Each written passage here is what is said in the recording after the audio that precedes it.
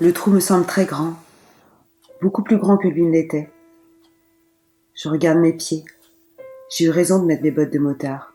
Avec ma jupe à volant, ça a de l'allure. Je me suis toujours sentie prête à affronter le monde avec ces bottes. Même si aujourd'hui, je n'ai plus grand-chose à craindre, puisque je n'ai plus rien à craindre de toi.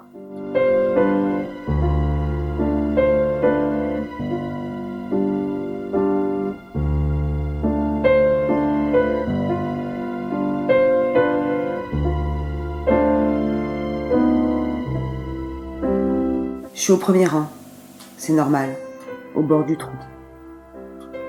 Autour, les gens sont rassemblés en grappes. De temps en temps, un grain s'échappe d'une grappe pour s'introduire dans celle d'à côté. Des chuchotements, des raclements de gorge. Dans mon dos, les grappes n'ont Dieu que pour moi. Les têtes se tournent, les mains accrochent le bras du voisin. Est-ce qu'il pleure ? J'ai envie de regarder. Mes lunettes de soleil n'ont pas quitté le haut de mon nez. Personne ne voit que mes yeux ne sont pas gonflés, pas même humides. Un homme avec une casquette noire s'avance au bord du trou, face aux gens. Il tend le bras dans leur direction, paume face au ciel, les invite à se rassembler. Les grappes se resserrent, les chuchotements s'interrompent, seuls les raclements de gorge persistent à participer. Tu en as mis du temps pour te décider à faire ce voyage. Et maintenant, voilà que tu lambines pour sortir de la voiture.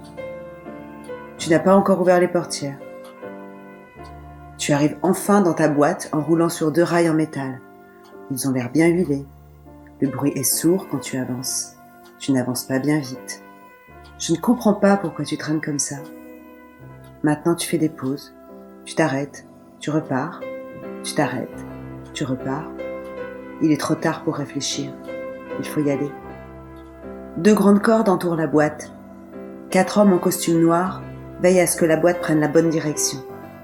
Tu ne vas pas encore te défiler. La boîte est maintenant tout au bord du trou. Tu n'as jamais été si près du but. Les hommes prennent les cordes dans leurs mains. On entend des nez qui reniflent un peu fort, des bouches qui laissent échapper des souffles, des doigts qui froissent des mouchoirs en papier. C'est l'heure du départ.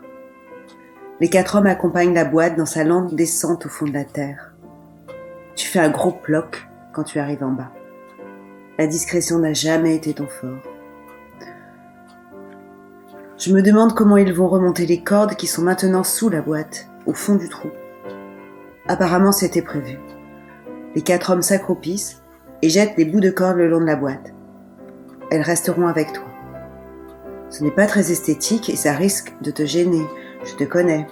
Le groupe des grappes derrière moi s'impatiente. J'ai envie de prendre mon temps. Comme toi. Je sais que tout le monde attend mon geste. J'ai envie de les faire languir. Qu'ils aient un peu pitié. Ils pourraient. Ils n'ont jamais rien compris. Aujourd'hui, c'est une chance. Je balance très lentement le bras au bout duquel pend la rose rouge, comme pour prendre mon élan. Les yeux plantés dans la boîte, j'entends des pieds qui commencent à gratter la terre, des soupirs qui m'invitent à être courageuse. Je me retourne avant de le faire ou je me retourne pas ? Je me retourne pas, c'est pas mon genre. Allez, mon prochain mouvement de bras vers l'avant lâchera la rose. Et puis non, le suivant. Voilà. Le ploc de ma rose a été plus discret que le tien. Un plic plutôt. Plic, ploc.